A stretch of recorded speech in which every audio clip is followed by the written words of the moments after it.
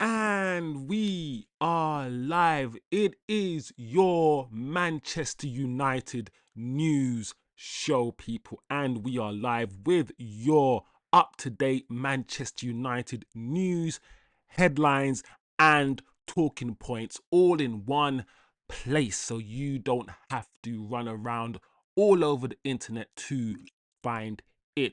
We have a few topics to discuss today, guys. We have positivity. We are in a positive atmosphere. We're in a positive time. We are winning games. We are moving up the table and top four, as you can see on the thumbnail. Yes, top four is more than just a possibility. We're now beginning to think it is a probability. So big up the community, big up everyone who has joined in today, who is going to watch this video on repeat, who's watching it live. Big up everybody. I hope you are doing well today on a Wednesday evening here in London, UK. Big up everybody. I hope the community is well. Yeah, let's go. Let's go. What's TK saying? This will be a good show. I can feel it in my plums, says TK. TK, you like the same comedian as I do. Who's that from? That is Will Ferrell. I feel it in my plums. I feel it in my plums, baby. Let's go, baby. So today's show, we have some quotes. We have some quotes from Kobbie Mainoo. Kobbie Mainoo, some quotes from Kobbie regarding the game on Monday, guys. And specifically, and we're going to talk about it very briefly, what is going on at corners in the Premier League?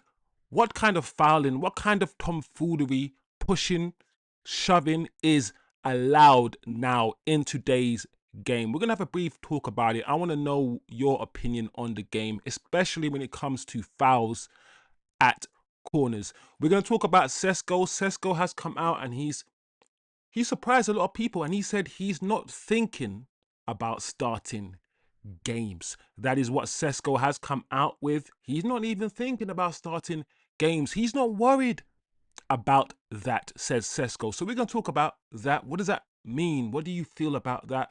We're going to mention that a little bit. Also, guys, today's news, the Turkish media is claiming that Besiktas have agreed a deal for Bayindir. They've trying to buy Bayindir. Besiktas. Is it true? Is there some truth behind that story? We're going to look at that. We're going to look at that, guys. We have Lammens winning the man of the match. He was a man of the match on Monday, guys. Let me know if you agree with that man of the match award on Monday. But we spoke about Lammens and we spoke about how good he was. So that's Lammens as well, guys. Quite interesting news. It is fasting time, for Muslims. It is that time. And Mazraoui was gifted some dates by a journalist so he could break his fast. And it's just a feel-good story, guys. It's just a story that I want to look at very quickly about Mazraoui just being given some dates by a journalist, during the game app, apparently. So we're going to have a look at that. And also, I have other news for you guys. The Premier League is considering a Netflix type platform. £10 per month to watch games. So we know that in order to watch Premier League games here in the UK, you have to subscribe to Sky, to BT Sport, to Amazon, to all of these things anyway. But now the Premier League are apparently considering another sort of Netflix type deal. So we're going to get into that. These guys want more money from you. Some of you guys don't live in the UK, so probably don't have this issue. But here in the UK, if you do want to watch all the Premier League games, you're going to have to have more than one medium, not just Sky, not just TNT or BT, whatever they want to call themselves, and not just Amazon. You kind of need all of the above. So big up everybody, big up the community. Today's going to be a nice, chilled, positive show. Grab your drink, do whatever you want to do. Put me on loud, put me in your ear, walk around the house if you want. It's all good. Big up TK, T Kizzles. Big up Turkish in the building as well. Let's get into it, guys. Let's get the Manchester United news and talking points. Kobbie Mainoo. This is something I always wanted to talk about with my community, guys. I know, as you guys can see on your screen, Kobbie Mainoo has posted a comparison, and it's quite funny. The first time I saw it, I was like, yeah, this is hilarious. But jokes aside, what is going on at set pieces? I want my community to let me know their thoughts on this kind of stuff. Me personally, I always say this during the game. If you tune into my watch alongs, I am surprised, bemused even, about the kind of things that happen now at corners with regards to goalkeepers. Usually, maybe 2 or 3 years ago, any kind of push, pull, obstruction of the goalkeeper while the ball's not even in play is a foul. Think about it. You're technically fouling the goalkeeper and the ball's not even in play. You're technically fouling a goalkeeper before the ball's even got near you. It's an off the ball foul, technically speaking. And any push or infringement on the goalkeeper used to be a foul on the goalkeeper. Now, and maybe you guys can help me out. What is going on in the Premier League this year? Is it this year? Is it always been like this? Am I misunderstanding something? Has it changed slightly? If you think it's changed, why? That's all I want to know, guys, from you lot. Why? Are we just becoming more lenient? My theory, guys, is the Arsenal effect. That is my simple theory. My simple theory is that Arsenal are winning the league and they've been scoring certain corners. And they've been taking corners and doing them in a certain way that's not illegal, but it's just like, this is interesting. Why has no one done this before? They obstruct the goalkeepers like most teams do, but a lot of times Arsenal will put 3 or 4 players, 5 players around the goalkeeper. And I feel like we've just allowed it. And I feel like Arsenal have just stepped it up incrementally during the season. And now Arsenal are approaching what I will call anti-football with their set pieces. And we keep allowing it. So I feel like the line is getting blurred with regards to what is a foul now and what is not a foul due to what the referees have allowed certain teams to get away with this season. And to do a reset right now, i.e. start blowing your whistle right now for stuff like this, it will feel strange because they've allowed it for so long. That's what I think. I don't know, guys. You let me know what's going on when it comes to set pieces, because as you can see, it's not just the fans. The players are bemused. When I saw this live, I was thinking, wow, everyone was pulling each other. Shirts were being dragged all over the place, but the referee wasn't blowing anything. So once again, guys, comment below. Let me know what you think is going on. TK says Arsenal are not at fault at all. They are just playing to the whistle. TK saying Arsenal are just doing their job. Arsenal are not responsible for this. The referees, the gamers. But then do you even agree that this is a problem?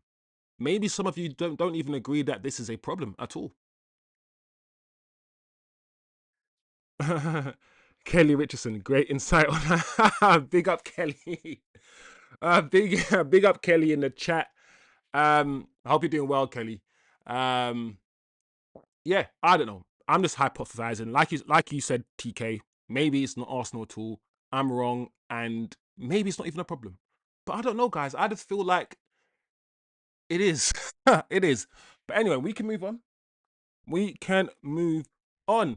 But yeah, the floor's yours, guys.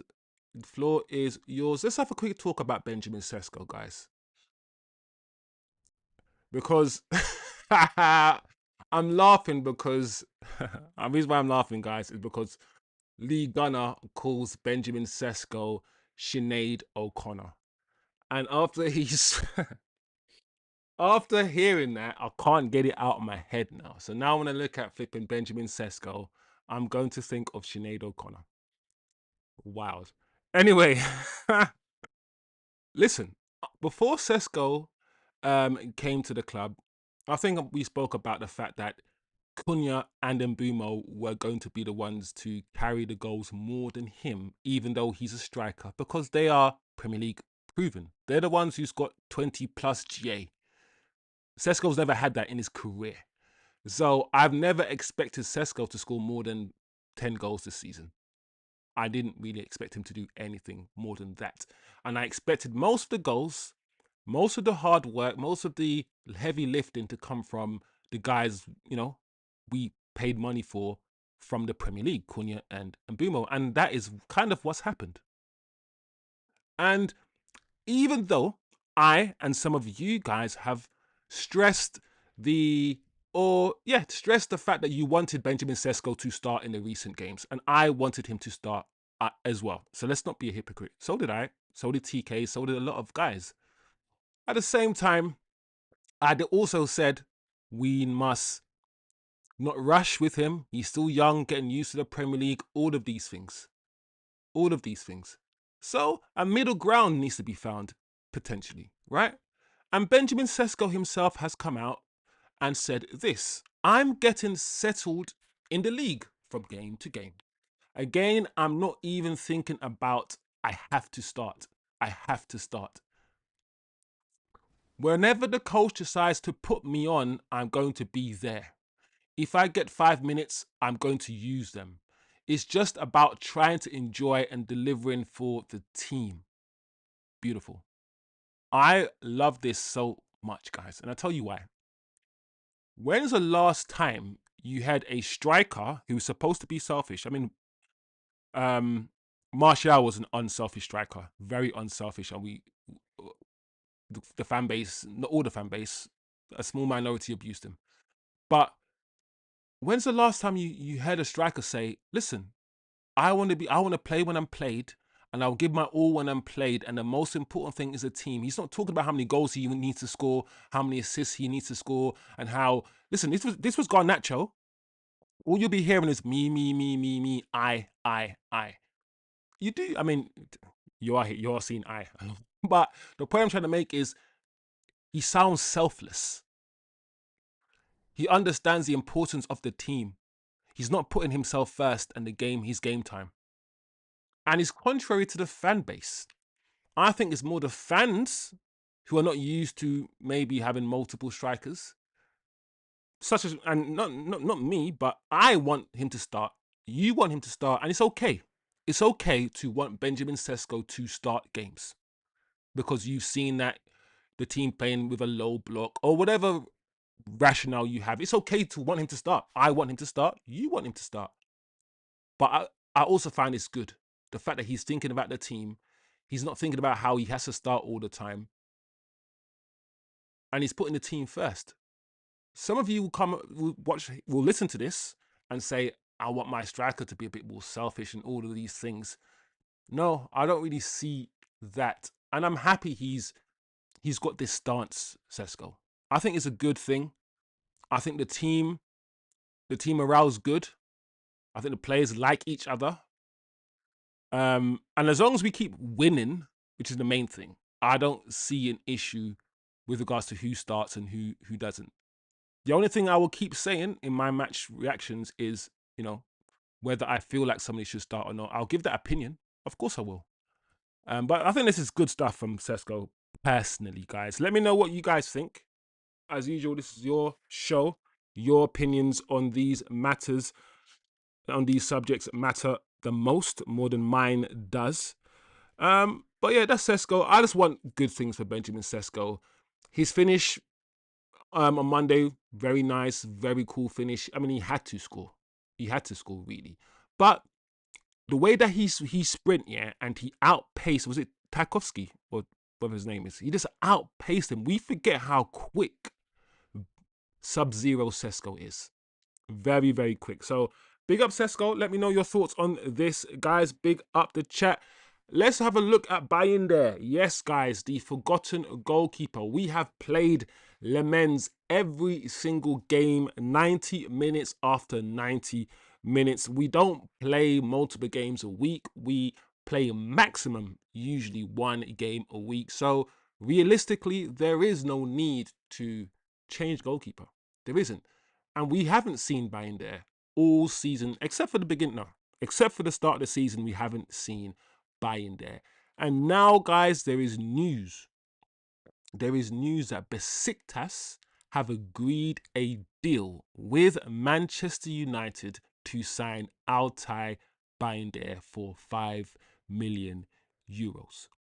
It says, and this is a tweet from Sport Witness. So retweeted by Simply United. There's no journalist, respected journalist, that's come out and said anything or verified this story. So I'm presented this story to my chat because it's out there and people are talking about it. But I will admit that there isn't, as far as I'm concerned, any concrete or any high profile journalists that are claiming this is true. But it's out there. United apparently are willing to sell Bayindir. His current deal is only had 18 months left on it, and personal terms with Besiktas is not expected to be a concern. Listen, if this is true, and it's only €5 million, but if this is true, then why not? I don't think Bayindir is even good enough to be our number 2. I don't think he is. I wouldn't want Onana as our number 2 either. If at number 2 for me, it needs to be an understudy. It needs to be someone really competent in goal. And neither Bayindir or Onana for me are competent in goal. So if this is true, it's a big if, then I don't see a reason why United wouldn't do it. He's not playing games, and like I said, I don't really think he's good enough. So let me know what you guys are saying. I see Sausage in the chat. Nothing compares to Sesko. I see Sausage on the Sesko wave. Messages aren't posting in the chat. Oh no. TK, I can see 3 of your messages, TK. I see 3 of TK's messages, 1 Kelly message. I'm gonna try. Let's see if we can do something about that. Like I said, I can see your messages, guys. I don't know what's wrong with YouTube. Maybe YouTube is bugging out today, absolutely bugging out. But TK, I want to know your opinion on these things, bro. You usually have some deep things to say. Always, actually, to be fair. All right, so that's Bayindir. I don't really have anything else to say about Bayindir. Thank you. And listen, whether this is true or not, Bayindir probably needs to leave the club. All right, I think we can agree on that. So, yeah, good luck. I think summertime will probably clear him out. And also, guys, I've seen, and I'm not going to, spend a couple of minutes on this. I'm only going to mention it and just move on. But I've seen that there are news stories coming out that Andre Onana wants to come back and fight for his place at Manchester United. Like I said, I'm not going to bite that bullet. I'm not going to get suckered in because I don't think that's true, personally. And I feel like that story's only there to rage bait and wind Manchester United fans up. But apparently there is a story out there about Onana coming back. Yeah, let's not go into that one. at all, guys. Let's not. Um, all right, guys, let's move on. Lammens. Lammens. Let's talk about Lammens now, guys. That brings a smile on my face. Oh, TK, apparently you are now a mod. Wow, T Kizzles is a mod. He's a daddy now.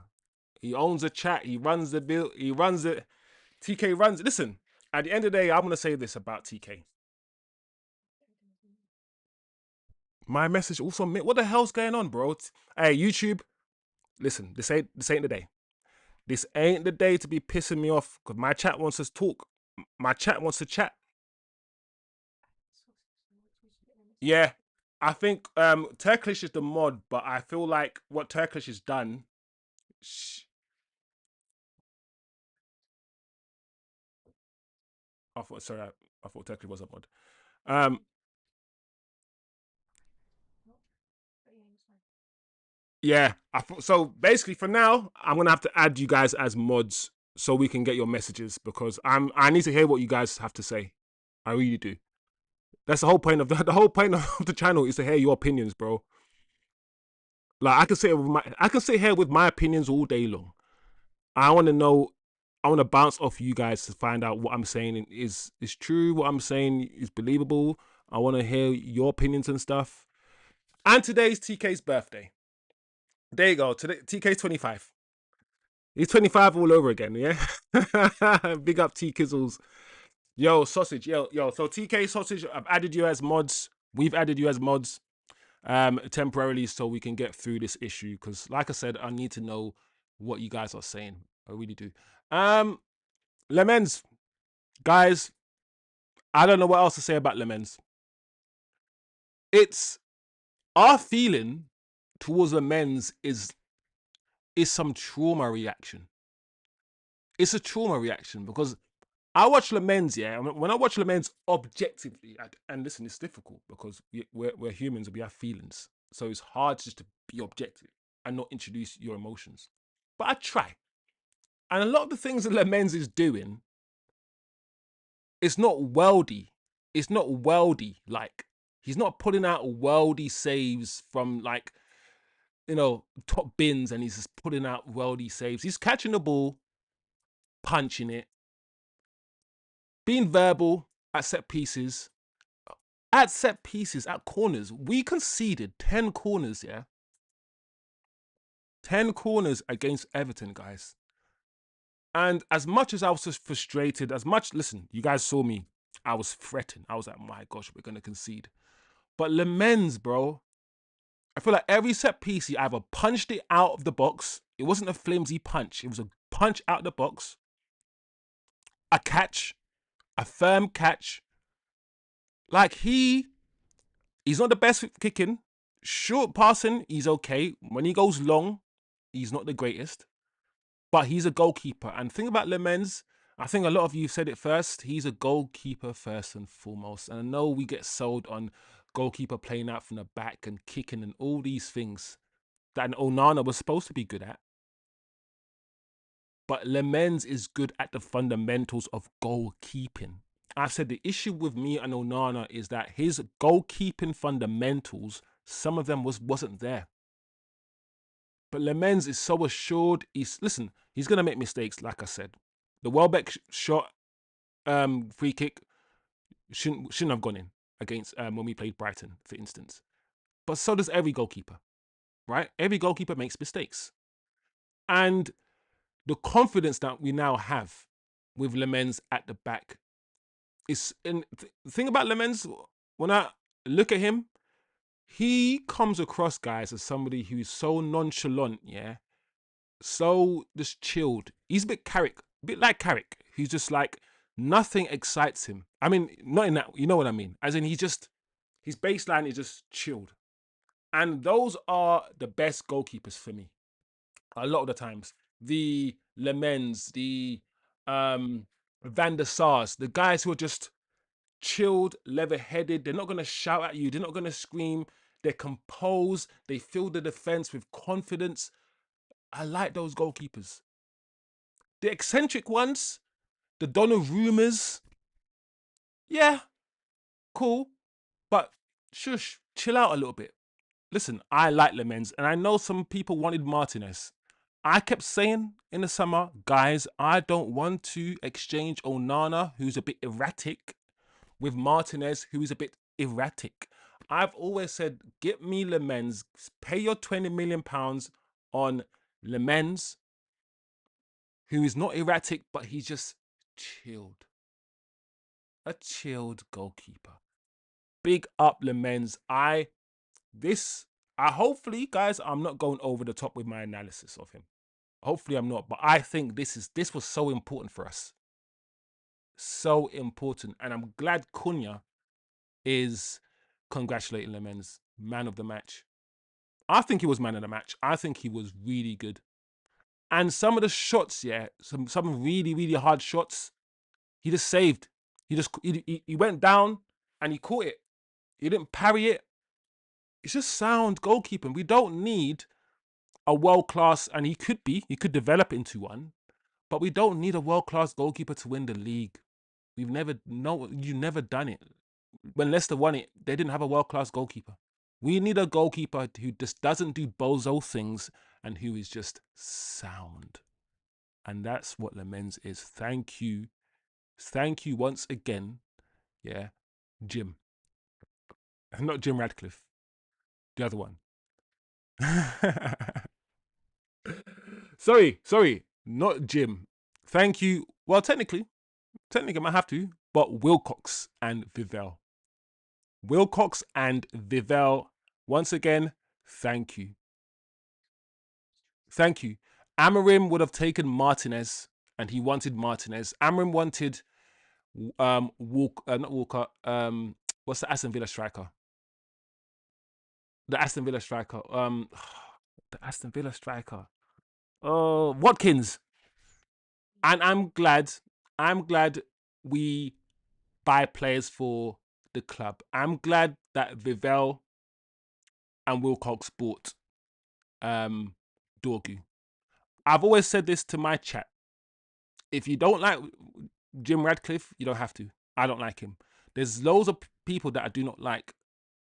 But recruitment, when it comes to recruitment, Cunhas and Bumos, Lammens, Sesko, Dorgus, I'm going to put a bit of faith in Wilcox and Vivell, and I encourage you guys to look at their track record now in terms of players they brought in and the players who they've tried to get out, and give them a little bit of credit.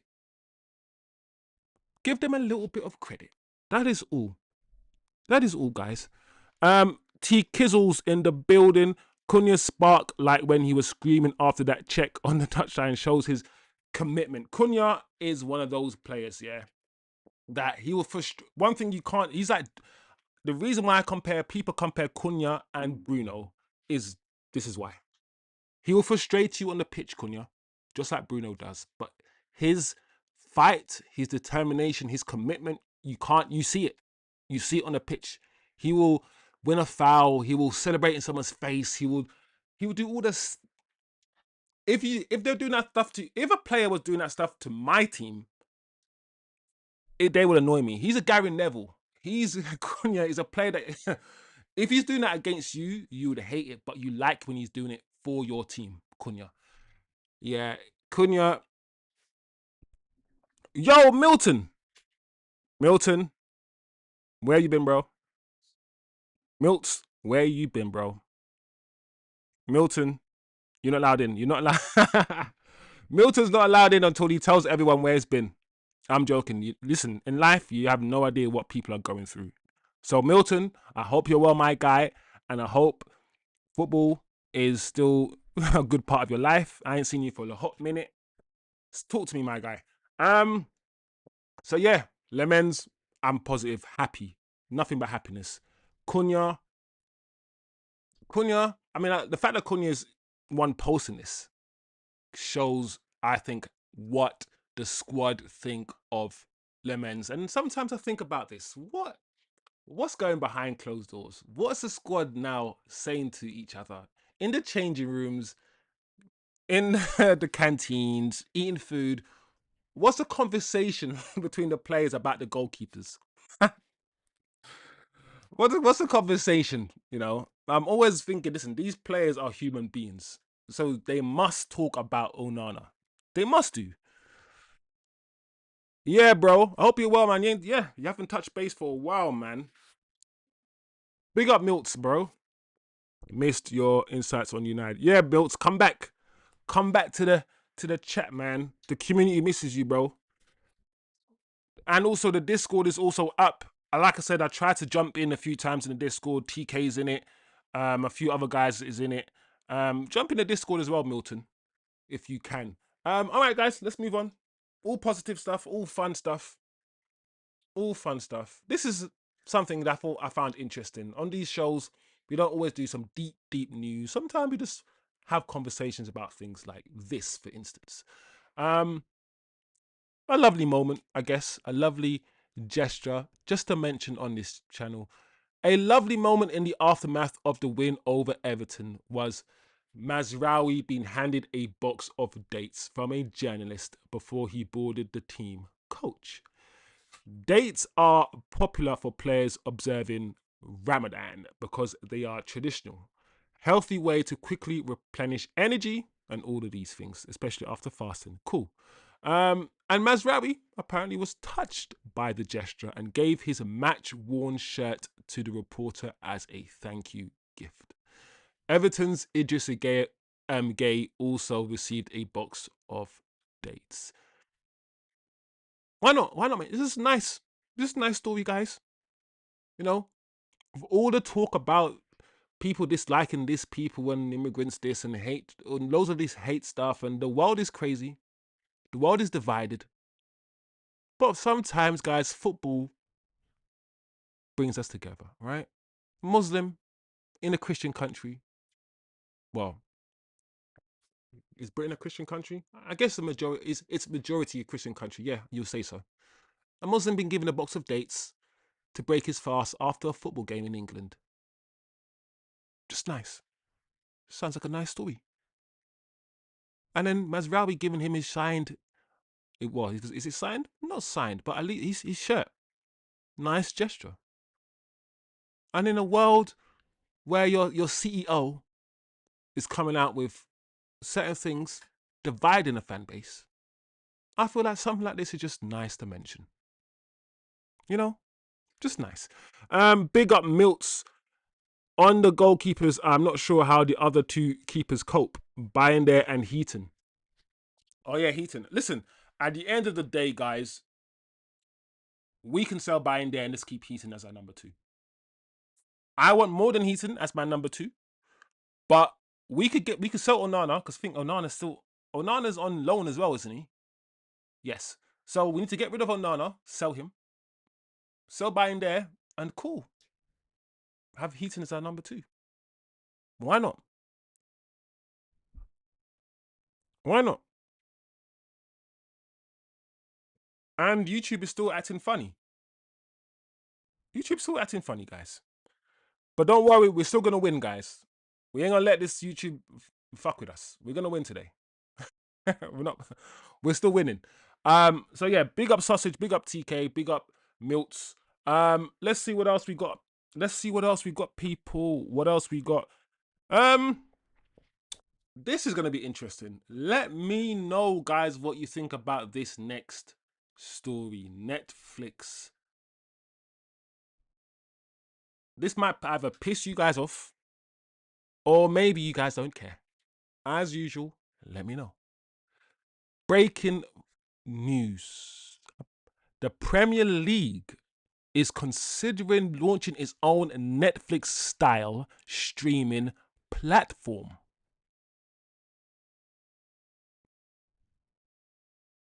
Let me repeat. The Premier League is considering launching its own Netflix style streaming platform. The idea would allow fans to watch every single league match and choose any game they want whenever they want it. Does it sound good? The service could cost around £10 per month. So what are we saying? £120 for the whole year. Wow. Be available in 188 countries and may also include matches from past seasons to create a full archive.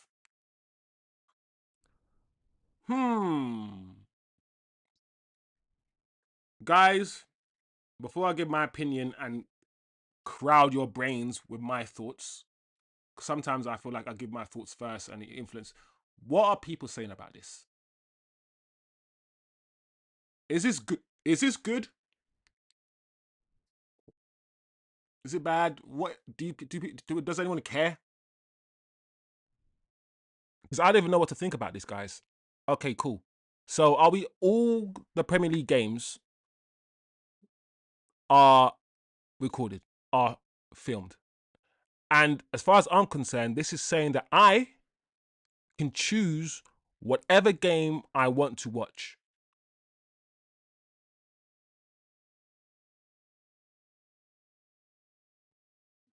So if any Man United games and all Manchester Man United games in the Premier League, I'll be able to watch them all for £10 a month.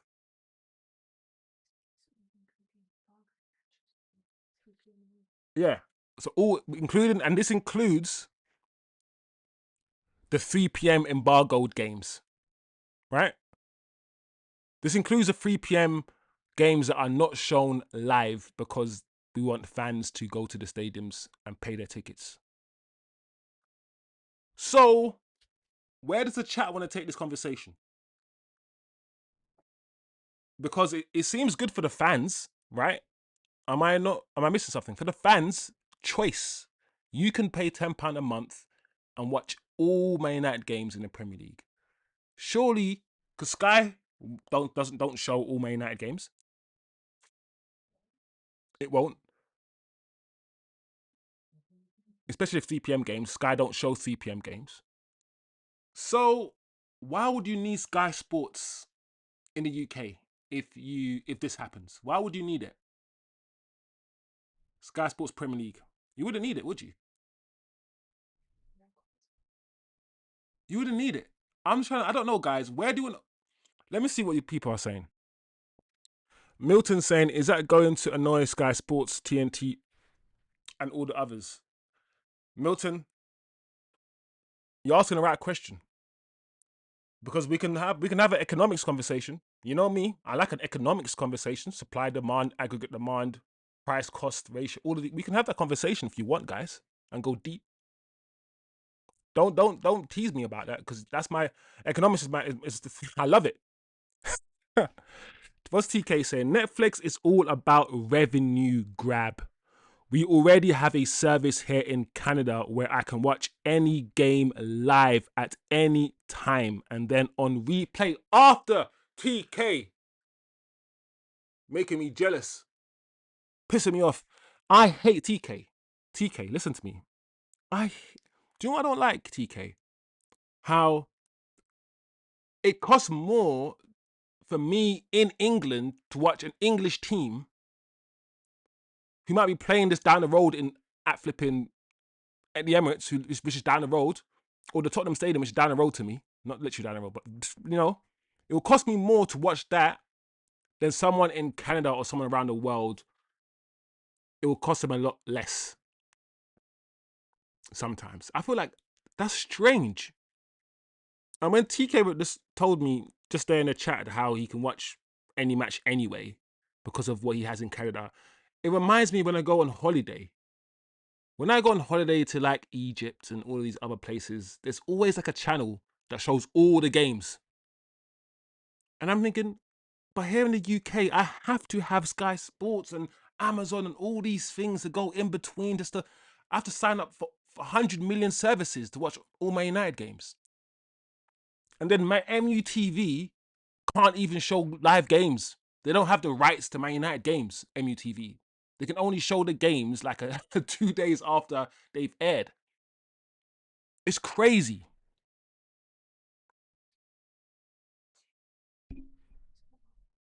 What's Tim saying? I don't think I can see Tim's message. Oh, big up Tim. Big up Tim and a big up TK. Listen, everyone say happy birthday to TK. He's one of the OGs of the channel.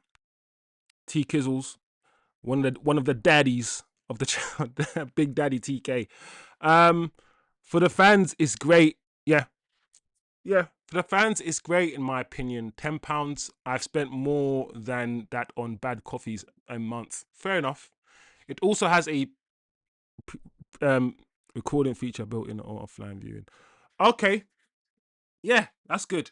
So, as I've said, this is good for us because if I'm told that I can watch all United games and all games actually, because it says every single league match and choose which game they want whenever they want. So I can choose to watch 5 games for the week if it's on at all different times. Yeah, this is good. If this kicks off, Milton, first thing Milton spoke about was the competition.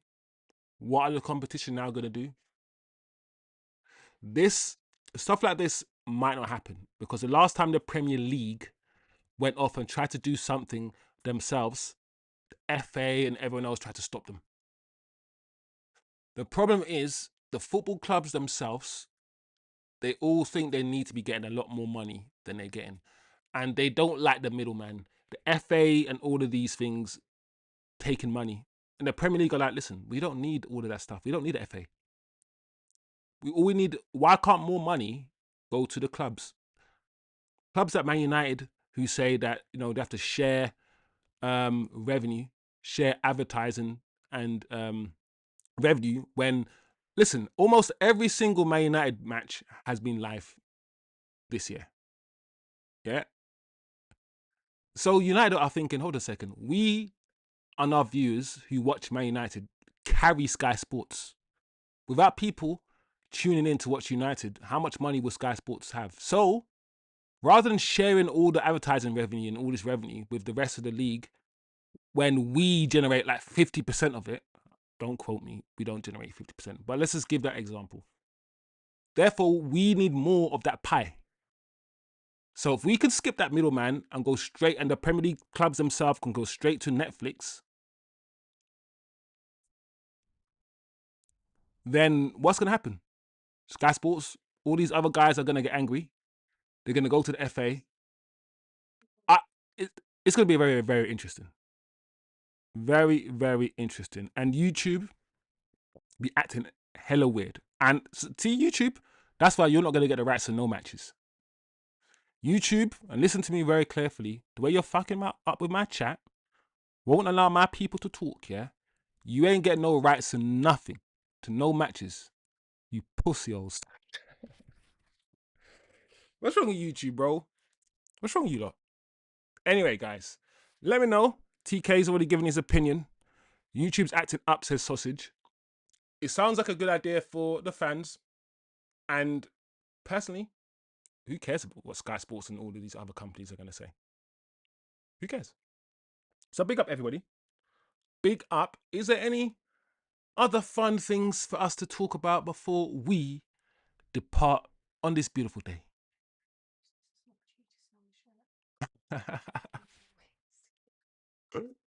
Oh, let's end on this silliness. Let's end on this silliness. United, the official Man United account on Instagram. This is funny. I saw Ahmad's shirt and I was like, yeah. Ahmad over the last few, I'm going to say this about Ahmad very quickly. Ahmad over, let's say, the last few games has had a difficult time against big, strong fullbacks. What I've noticed in the last few games, both, I think, Everton and was it West Ham? They changed a little bit and they put big, massive guys. Was it West Ham? Might not be West Ham. Against Ahmad on that side. And he was being.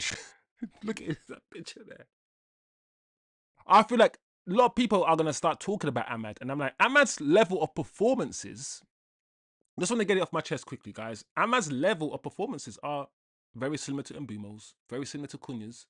The difference is They're getting goals and assists, and he's not. The difference is last year, he was our star boy. He was the guy that we all looked for to save us, to get the GA. And he got a decent amount of GA last season. This season, he's had to accommodate Mbumo, who's taken up a lot of his spaces. A lot of the areas that Ahmad would be in, Brian Mbumo's in now. And so is Cunha. So those guys have taken away some of the GA from Ahmad. They're getting their GA. So the point I'm trying to make is GA is not important to me from Ahmad if we're winning. If we as a team are winning, and Ahmad's still playing the same level as everyone else, no worse than everyone else and no better than anyone else, and he's not scoring, I'm not too bothered about where I've never been somebody who's overly bothered about where the goals come from, because I grew up in an era where goals were shared. Goals were shared. So just like Sesko when he came and Sesko said, listen, whether I start or not, whatever. I start, I don't start. As long as we win and we score goals and Ahmad's involved in us scoring goals, he doesn't necessarily... I'm not a GA merchant, guys. I'm not somebody who focuses on GA anyway. I focus on the goals that the team score rather than any individual. But that's just me. A quick word on Ahmad, because I can see once again, because the last two games he hasn't had the best time. I've seen people come out all of a sudden against Ahmad again, and I'm like, hold on a second. Brandon Beamer's been playing, hasn't played well for 4 games at least, but he scored goals. So is that it? Just a GA? Anyway, that's just my little rant on Ahmad, just to protect him a little bit, because I can see the Wolves coming out. But this tweet, funny as hell. Like I said, he's been getting dragged around the last few games, Ahmad. I wouldn't mind, and I know TK mentioned it in the last game, taking Ahmad off. I wouldn't mind seeing Ahmad start on the bench next game. How about, because I saw Mbumo limp off, and both Ahmad and Mbumo have been playing every game since they came back from AFCON. And I know we had a 2-week break, but I wouldn't mind Ahmad being taken out of the starting lineup, putting Mbumo on the right-hand side, start Sesko for a game. Give him a rest. Why not? Why not give him a rest? He was one of the main guys in AFCON, probably the player of AFCON. He had a great AFCON tournament. Carried Ivory Coast. So, why not? Or give Mbumo a rest. I see Mbumo hobbling off. So, big up the chat. Big up Ahmad. He looked like he was ragdolled, bro. By, was it Branthwaite? Oh, Branthwaite. Branthwaite was just all over Ahmad. All over him. Ahmad is very good, yeah. Where Ahmad is the most deadly is when he's in the final third and he's near the penalty box. When Ahmad's near the penalty box and he's driving driving at you near the penalty box, and he can go left and go right, he's terrifying. At the halfway line, you can catch him. So, but 1-on-1 near the penalty box, you don't want him. You don't want him there. You don't, and that's where we need to see him more. Anyway, it is what it is, guys. Big up the chat. Big up Ahmad. Big up Sesko. Big up Cunha. Big up Mbumo. I think, guys, I think Manchester United have the arguably second or third best attack in the league. We have a better attack than Arsenal. We do. I will argue with anybody. We do. Man City's, with the Cherkis, the Haalands, the Mamouches of this world, and obviously they now bought Doku, and they've got Semenyo. Maybe Man City can talk to us. And Liverpool, just personnel-wise, not on form, with the Isak and Ekatike and Verts, maybe they can chat to us. Maybe. But I'm not having Arsenal have a better attack than us. Not what Saka, Gyökeres and who? Trossard. No way. Better than Cunha and then Buma and Ahmed. Nah, chill out. Chill the fuck out, guys. So if we can improve our midfield, we can more comfortably be a top 4 team. Like this season, we are trying to squeeze into the top 4. If we get our midfield signings, I can't see us squeezing into the top 4. I can see us just being stable, firmly a top 4 team, and hopefully pushing for top 2, top 3. Why not? Why not, guys? Why not? So big up everybody. A good show. When's our next game, people? Our next game is on Sunday against Crystal Palace at home. Woo. Guys, this is crunch time. How many games we got left, guys? This is crunch time. Let me see. Maybe I should get the Premier League table up. Sorry, guys. I apologize on behalf of YouTube for the chat being what it is. I know you guys have a lot to say, and I know that some of you guys have been trying to message and it's not coming through. I've tried to put some of you guys as mods so you can get your messages through. You guys know that this doesn't happen often. There's not much I can do personally.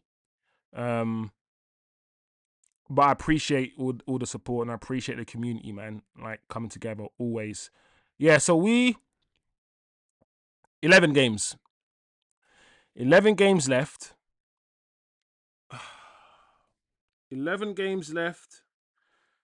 We are 3 points from Aston Villa, and that's easily, but we can easily turn it around. We are 3 points in front of Chelsea. So if we are not careful, and Liverpool, so Chelsea and Liverpool are on 45 points. We are on 48. Guys, I'm not going to lie, it's going to be tight. It's going to be tight for top 4, you know. Very close, because all it takes for us to be 7th, all it takes for Man United to fall to 7th is for Chelsea and Liverpool to win this weekend and for us to lose. And we fall to 7th. So, yeah, we're 4th and we're 3 points behind 3rd and 3 points in front of 5th and 6th. Guys, that's one game. That's one game. A 1 game swing. We can either be 3rd. In one game, we can either be 3rd or be 7th. That's a 1 game swing. It's going to be tight, guys. It's going to be tight. We do have Liverpool to play. I think we have Chelsea to play. Let's see our fixtures.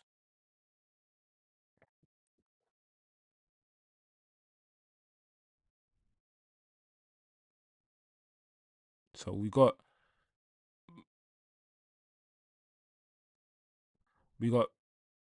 Palace, then we got Newcastle, guys. Then we got Aston Villa, 15th of March. Then we got Bournemouth, Leeds, Chelsea in April, Liverpool in May. Our running is not that bad. But then Forest and Brighton are going to be difficult games as well. So, guys. It's going to be tough. It's going to be tough. Chelsea play Gunners this weekend. Yeah, let me see Chelsea's. Let's look at Chelsea's. See if we can put the league up as well. Chelsea fixtures. So Chelsea got Gunners this weekend at the Emirates. I'm not putting too much faith in Chelsea, guys. I'm not. And they got Aston Villa. And they've got Newcastle and Everton. Okay, listen. Wow, Chelsea's fixtures are emotional. Chelsea have Arsenal, then they go to Villa 3 days later. Then they go to Newcastle 14th of March. Then they got Everton away. Then they got City at home. Then they got us. Then they got Brighton. Then they got Forest. Then they got Liverpool. And then they got... Listen, Chelsea have more difficult fixtures than we do. We are lucky, yeah, that we beat City and Arsenal. The two most difficult fixtures we've won. We've won. It's off our list, and we don't need to play Arsenal or City again this season. Chelsea's fixtures look very, very difficult. So, listen, I'm not even going to say that we don't need to worry about Chelsea. I'm not even going to do that.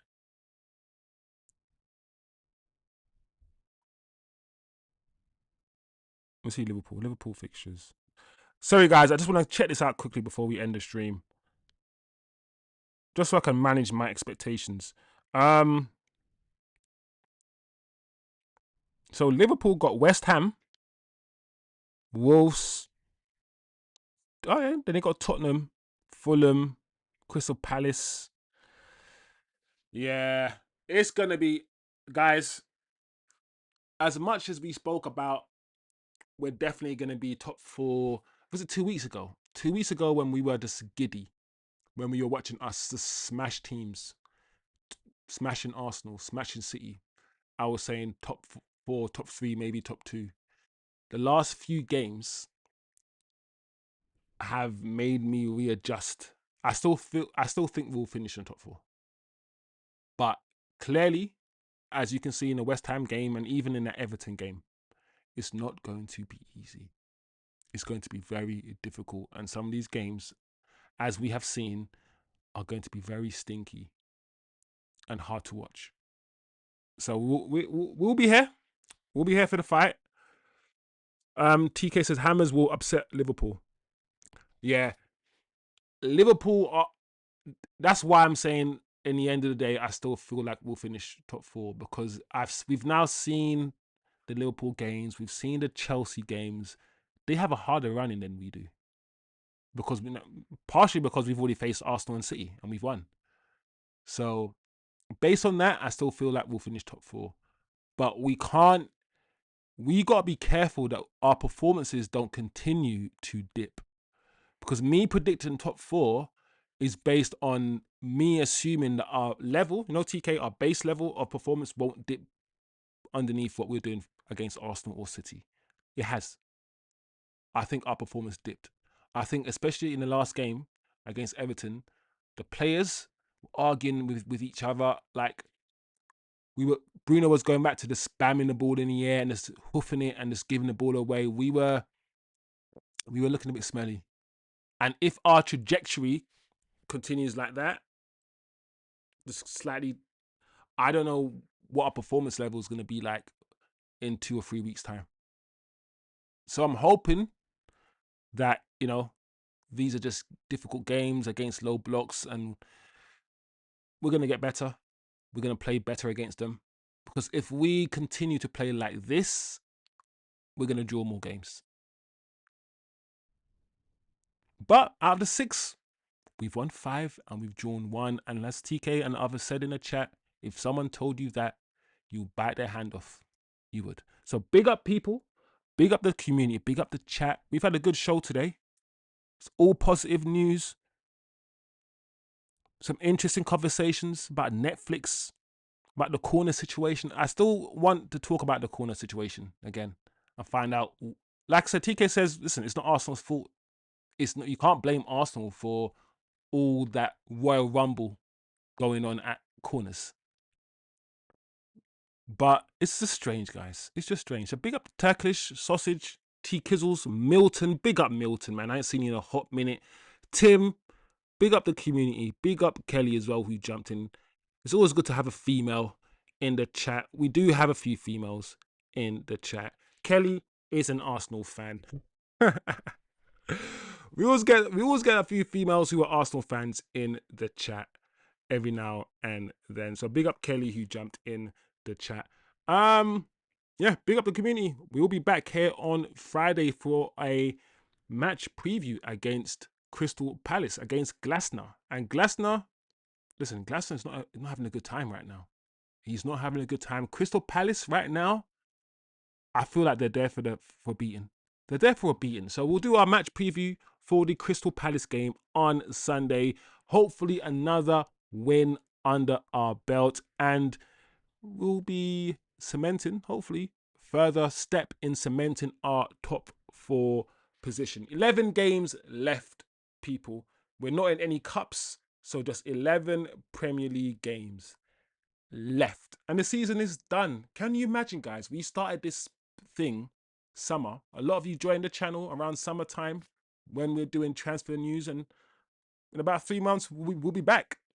We'll be back doing transfer news all over again. Listen, time flies, guys. Time flies. So big up the community, man. It's amazing. It's amazing. We're doing things here, man. And I will see you guys next time.